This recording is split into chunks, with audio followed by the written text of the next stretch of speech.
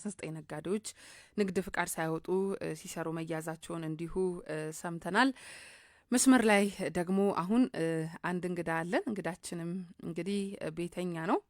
ሁሌ በየሳምንቱ እንግዲህ የተለያዩ መረጃዎችን በመስጠት የምናውቀው አጋራችን ጭምር የሆነው እንግዲህ ዶክተር አሻግሬ ዘውዱ ነው።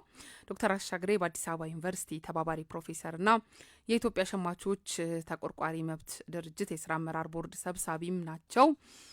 ጤና ይስጥልን ዶክተር። አደርሰናይ ሰላም አደርሽ? ይመስገን አምላክ ደህና ነን። እንደምን ቆይተሃል? ሰላም፣ ሁሉ ነገር ጥሩ። መልካም። እንግዲህ ቀዳሚ የምናደርገው ከሰሞኑ ወደ ቦንጋ አካባቢ ነበርክ። ምናልባትም እንግዲህ እዛ አካባቢ ምን አይነት ነገሮች ነበሩ የሚለውን ነገር እናነሳለን። እንግዲህ ስለ ጀበና ቡና፣ ስለ የምግብ ደህንነት በተለይ ከንጽህና ስጋት አኳያ እንዲሁም ተያያዥ ስለሆኑት ሄፓታይተስ ኤ እና ኢ አንጻር መደረግ ያለበት መሰረታዊ ጥንቃቄዎች ምንድን ናቸው የሚለውን ነገር ታነሳልን አለ ዶክተር። ምናልባትም ከዚህ ጋር በተገናኘ ቆይታ ከነበረክ እንደው ግን ቀዳሚ ማደርገው እኔ ዶክተር ሄፓታይተስ በእርግጥ ከሆነ ጊዜ ጀምሮ ምናልባትም እኔ ይሄን አመት በደንብ እየሰማሁት ያለው ጉዳይ ነው። እጅግ አስጊ ሆኗል። አንድም የሰማሁት ነገር ሆስፒታል ላይ ለሌላ ምርመራዎች እንደ ራሽ አይነት ነገሮች ሰውነት ላይ በሚወጡም ሰዓት የዶክተሮችም ስጋት ይመስለኛል ሄፓታይተስ ነውና ሄፓታይተስን ቼክ አድርጉ የሚል አይነት ነገር ነው እየተሰማ ያለው። ምናልባትም አስጊ የሆነበት ምክንያት እንግዲህ ዶክተር ካንተ የምንሰማዋለን። እስቲ ምን ትለናለህ? እሺ፣ አመሰግናለሁ ሰናይት። መጀመሪያ አመሰግናለሁ ለነበረን ጊዜ። እንዳልሽው በቦንጋ ሄጄ ነበረ።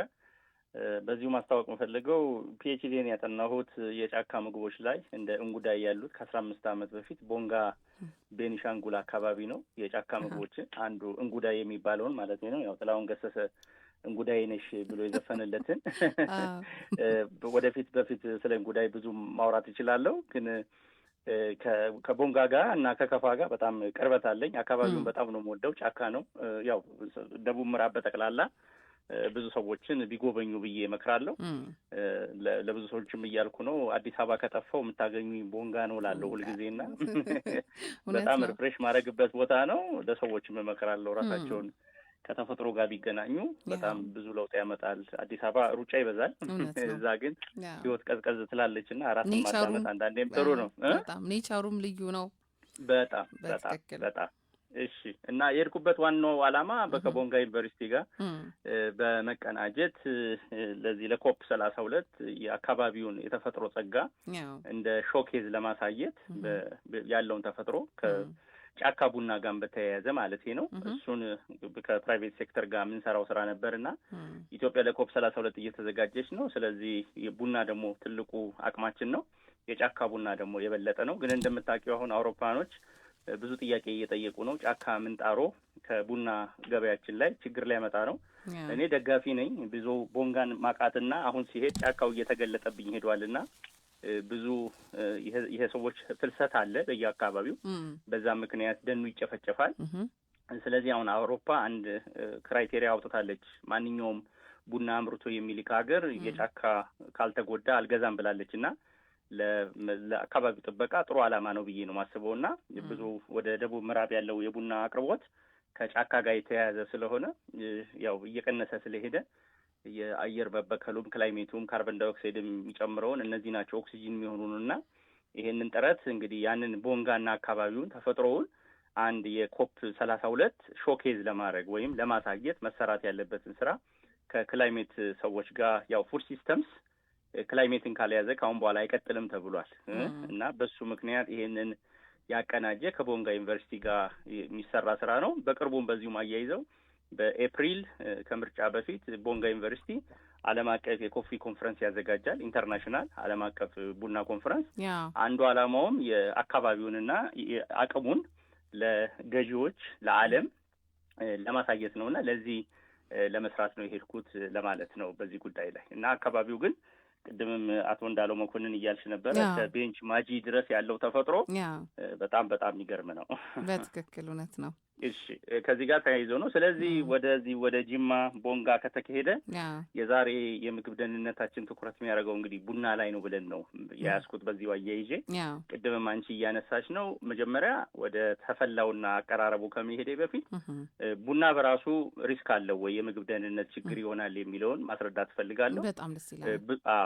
ቡና ብዙ ሰዎች ያው በቀን 3 ጠጪ ነሽ አንቺ? ብዙ ሰው ኦኬ በቀን 3 በላይ ኦኬ። ስለዚህ ቡና በቀን 3 በላይ ከህብረተሰባችን ጋር በጣም የተቆራኘ ነው። ሀገራችንም ወደ 2.5 ቢሊዮን ዶላር እያገኘችበት አሁን ወደ 3 ቢሊዮን ዶላር ለመሄድ ጥረት እያደረገች ነው። ግን ይሄንኑ ቀጣይነት እንዲኖረው ለማድረግ ከቡና ደህንነት ጋር ተያይዞ የሚመጡ ችግሮች አሉ። አንዱ ልክ እንደ በርበሬ ውሃ አርከፍክፎ ክብደት ለማንሳት በሚደረግ የፈንገስ ምክንያት ማይኮቶክሲን ይፈጠራል። ግን የዚህኛው ለየት ያለ ኦክራቶክሲን ኤ የሚባል ነው የሚፈጠረውና ከዚህ በፊትም በአዲስ አበባ ዩኒቨርሲቲ ብዙ ጥናቶች ተደርገዋል። የኢትዮጵያ ቡናዎች ውስጥ ኦክራቶክሲን ኤ ተገኝቶ ያውቃል እና ብዙ ቡናዎቻችንም ጃፓን ምናምን እየሄዱ ነበረ ብዙ ሀገራት። ዋጋችንም ከፍ አድርገን መሸጥ አንዱ የቸገር ነው። ከዚህ በላይ ማግኘት ይገባን ነበር። አንዱ የዚህ የአፍላቶክሲን አይነት ኦክራቶክሲን ኤ የሚባል ነው። አሁን የአፍላቶክሲን የምንለው እንደ ለውዝ ላይ አካባቢ ኤግዛክትሊ። ይሄኛው ግን ቡና ላይ ሲሆን ደግሞ ኦክራቶክሲን ኤ ይባላል። ቡና ላይ ያው የፈንገስ አይነት ነው። ግን ቡና በተፈጥሮ ትንሽዬ የራሱም ፈንገሱን የሚቋቋምበት መንገድ ስላለ ጫን ያለው ሌላ ኦክራቶክሲን ኤ የሚባል ፈንገስ ነው የሚያድግበት እና ይሄ ደግሞ መርዝ ይለቃል። ይሄ መርዝ ባይዘወይ ለኩላሊት እና ለረጅም ጊዜ ጉዳት የሚያደርስ ነው። ከጤናው በተጨማሪ ነገር ግን ንግዳችንን አፌክት የሚያደርግ ነው። ሁለተኛው ምንድነው ፔስቲሳይድ ሬዚዲዩ ነው። የጸረ አረም መረጨት ማለቴ ነው። ጉድ ቲንግ አባውት ኢትዮጵያ በብዛት ማለቴ ነው የጫካ እንትኖች ይሄ ጸረ አረም አይረጭባቸውም። አንዱ ጥሩነቱ እሱ ነው። ስለዚህ የጫካ ቡና በጣም የሚወደደው አንዱ ጸረ አረም ስለማይጠቀም እንደሌላው ዓለም የኢትዮጵያ ቡና ብዙ ዋጋ ማግኘት ይችላል ማለቴ ነው። እና የተወሰነው ግን የተገኙ በተለይ ደግሞ ዲዲቲን ለብዙ ዓመታት ተጠቅመን ስላስቀመጥ ነው። ዲዲቲ በዓለም ተከልክሏል። ለዚህ ለወባ ማለቴ ነው። ያው ደቡብ ምዕራብ ላይ አሁንም ወባ እየጨመረ ይሄዳል። እሱን ለመከላከል እየተባለ ዲዲቲ ይረጫል። ግን ያ ዲዲቲ በውሃ ታጥቦ አካባቢው ዝናብ አለው በጣም እንደምታውቂው ታጥቦ ወደ እነዚህ ቡና አካባቢዎች ሊሄድ ይችላልና ቡናውንም ሊነካው ይችላልና ከዚህ በፊትም ከፍተኛ የሆነ የዲዲቲ ቅሪት በቡናችን ውስጥ ተገኝቶ የጃፓን መንግስት እንደውም ይገዛን ነበረ። እንደውም ግብርናን እያገዘ ነበርና ሌላው ደግሞ ችግር የሆነብን ይሄ ባይዘው ለንግድ ብቻ ሳይሆን ለጤናችንም ጥሩ አይደለም። ስለዚህ ይሄ ችግር ነው። አሁን እንግዲህ ዶክተር እንደተረዳሁት ላይክ አሁን በርበሬ ላይ እንዳልከው ይደረግ እንደነበረ ውሃ ተነክሮ ነው እየተሸጠ ያለው። ልክ ነው። እንደው በዛው እስኪ እና ምን አይነትስ ነው ቡና ነው ማህበረሰቡ መግዛት ያለበት የሚለውንም እስቲ ምናልባት አድማጮች ጥያቄ ከፈጠረባቸው አብራ አንሳው። ተገቢ ነው። እንግዲህ ቡናችን ያው ከፍተኛው የውጭ ኤክስፖርት ስለሆነ አገር ውስጥ የምናገኘው ጥራቱ በጣም እየቀነሰ መጥቷል። በጣም 1300 1500 እየገባ ነው እና መንግስት በዚህ በኩል ትኩረት ሊያደርግ ይገባል። የአገር ውስጥ ገበያውም እንዳይጎዳ ትኩረት ማድረግ ያለበትና ህብረተሰባችን ያው ከረንሲውንም ብናመጣለት በጤናው ደግሞ እንዳይጎዳብን ማሰብ ያስፈልጋልና ኢፌክስ ምናምን ውስጥ ጥራቱ ጠብቆ ተመርምሮ ለዓለም ገበያ ይቀርባል። በዛው ልክ ግን አገር ውስጥ የሚሸጠውን ቁጥጥር ሊደረግበት ይገባልና በብዛት እንደውም የተጎዳው ፈንገስ የጣለው የተሰባበረውን ወደ ሎካል ገበያ የሚገባበት ነገር አለና ይሄ የራሱ ስራ ይፈልጋል። ማጠቃለያው ግን ያው ምርታማነትን መጨመር ነው። የዓለም አቀፉንም ይዘን አገር ውስጥም ገበያውን መቀጠል ካለብን በተጨማሪ ግን ለማህበራዊ ህይወታችን ቡና ብዙ ውለታ አለውና ተረጋግተን እንድንውል እናቶቻችንም እንድንውል ማህበራዊ ቁርኝትንም ስለሚያደርግ መንግስት ሊያስብበት ይገባልና ህብረተሰቡ ሲገዛ የእርጥበት መጠኑ የተረጋገጠ ፈንገስ የሌለው ያልተሰባበረ መሆኑን ማረጋገጥ አለበት። በየቀኑ ግን የሚጠቀም ከሆነ የራሱ ችግር ያመጣል። ከዛ ውጭ ግን ብዙ ማንረዳው ቡና ሲቆላ ኬሚካል ይፈጠራል ወይ ነው።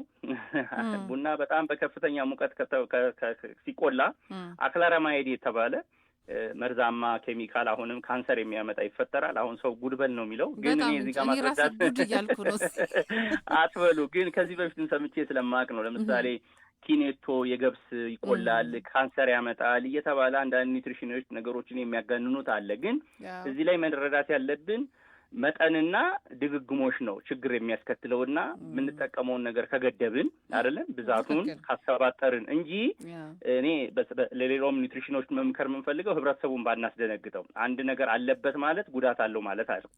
አይደለም። ኤግዛክትሊ አድቫንቴጅም አለው ደግሞ በዛው ልክም አድቫንቴጅም አለ። ሙቀቱ ሽታው የሚመጣ ያ ቡና የሚለው ካልተቆላ አይመጣም። ዳቦ ራሱ ካልበሰለ ያ ሽታ አይመጣም። ስለዚህ እሱን ፈልገን ነው። ግን ድግግሞሹን መቀነስ ለሰዎችም መክረው ራሳችሁን እስከሚያማችሁና አዲክቲቭ እስከምትሆኑ ድረስ አትውሰዱ ነው። የመጨረሻው ችግር የሆነብን መቀላቀል ነው።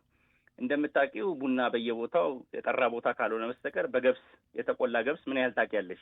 ገብስ እንደሚጨምሩበት ይታወቃል። ገብስን ይታወቃል በደንብ። እንደውም አንዳንዴ ጥናት ይፈልጋል እንጂ እንዲህ በጅምላ ሚዲያ ላይ እንጠቀመውም እንጂ ዶክተር የጫት እግር እንደዚህ ገብስ የተለመዱ ቡና ላይ እንደው ተቀላቀሉ የሚባሉ ነገሮች ናቸው። እንደዛ አይነት 4 ኪሎ ተማሪ ነበርኩኝ። ለተማሪ ተብሎ ራሱ ቦታዎች ነበሩ ጫት የተጨመረበት ቡና የሚሸጡ አካባቢዎች እንደነበረ የኔ ቡና አሪፍ ነው ብሎ ተማሪ እንዲሰበሰብ እንደሚደረግ አውቃለሁና አንዳንድ በጥናትም ያገኘናቸው አሉ። የገብሱ በተለይ አልደልትሬሽን ማወቅ ይችላል ከደረጃው አንጻር ብዙ እንደሚቀላቀልበት የራሱ ገለባውንም ራሱ የቡናውን ገለባ ራሱ ቆልተው ከዋናው ጋር ቀላቅለው እንደሚሸጡ ይታወቃል። ገብስም ብለሻለሁና የቡና በተለይ ተፈጭቶ ራሱ እህሉን ወይም ጥሬውን እየቆላን ካላየ ነው በስተቀር ተፈጭቶ የሚሸጠው ደግሞ የራሱ ችግር ሊያመጣ ይችላል ነው።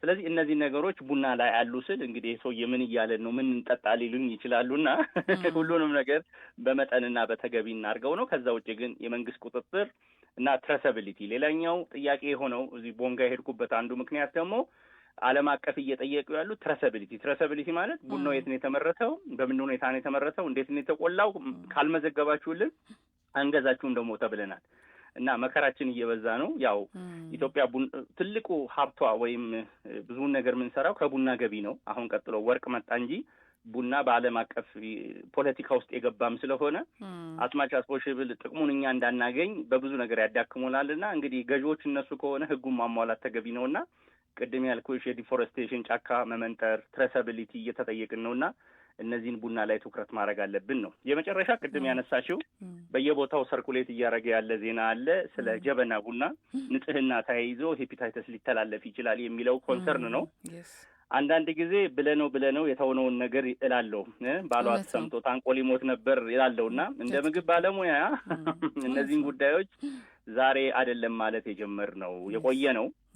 ስለዚህ ኬዙ ተገቢ ነው፣ ግን ለቡና ብቻ መሆኑ ትክክል አይደለም ብዬ ነው የማስበው። ንጽህናና ኮንታሚኔሽን አይደለም። ሄፓታይተስ ኤ እና ኢ ሄፓታይተስ 4 አይነት ነው። ኤ፣ ቢ፣ ሲ፣ ዲ እና ኢ ነው።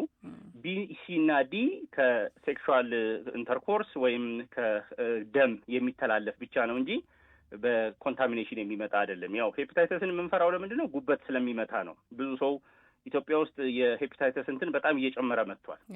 አንዱ ከሴክሹዋል ባህሪ ጋር የተያያዘ ነው። ትልቁ ችግር እሱ ነው። ሰዎች ኤችአይቪን ነበር የሚፈሩት።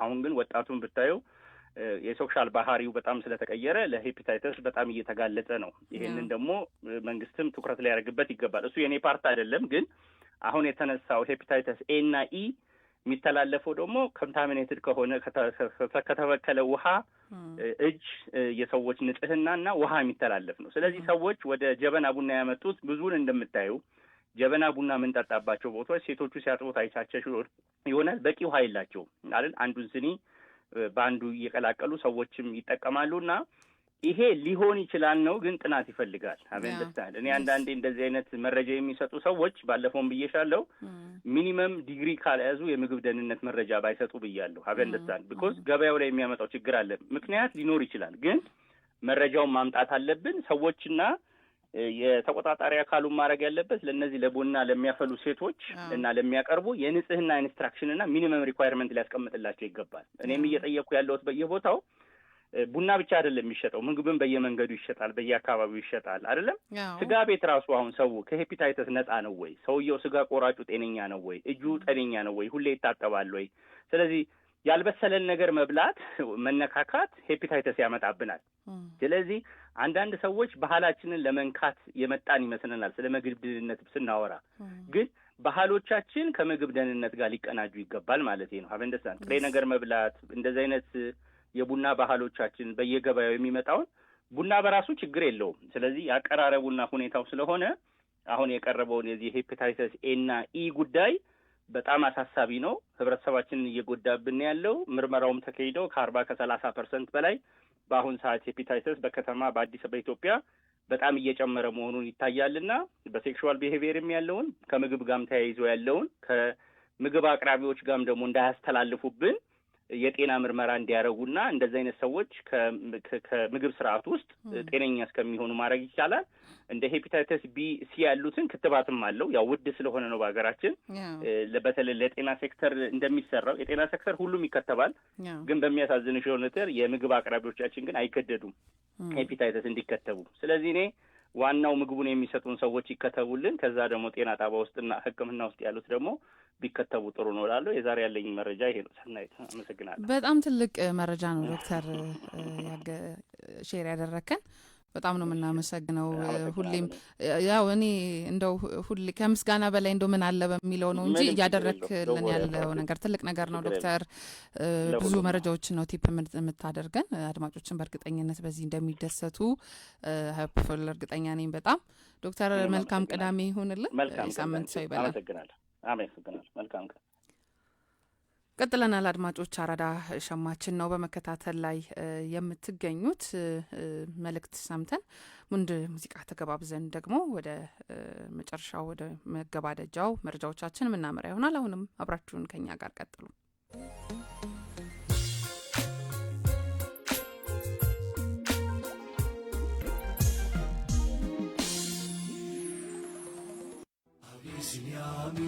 Abyssinia